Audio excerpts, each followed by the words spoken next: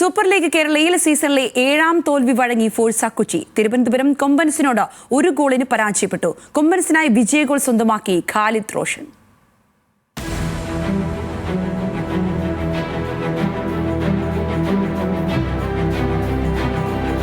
സീസണിലെ അവസാന ഹോം മത്സരത്തിലും ഫോഴ്സ കൊച്ചിക്ക് കാലിടറി. തുടർച്ചയായ 7ാം തോൽവി വഴങ്ങി കൊച്ചി.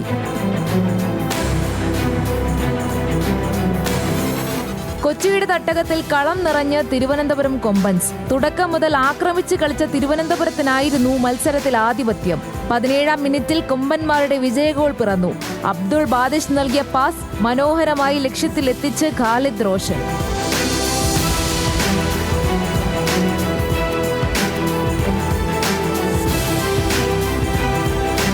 കൊച്ചിയുടെ റിജോൺ ജോസും തിരുവനന്തപുരത്തിന്റെ ഷെരീഫ് ഖാനും മത്സരത്തിൽ ചുവപ്പ് കാർഡ് കണ്ട് പുറത്തായി. 7 കളികളിൽ 10 പോയിന്റുള്ള തിരുവനന്തപുരം 3ാം സ്ഥാനത്തേക്ക് മുന്നേറി. സെമി പ്രതീക്ഷകൾ അവസാനിച്ച കൊച്ചി അടിത്തട്ടിലും. ന്യൂസ് മലയാളം, കൊച്ചി.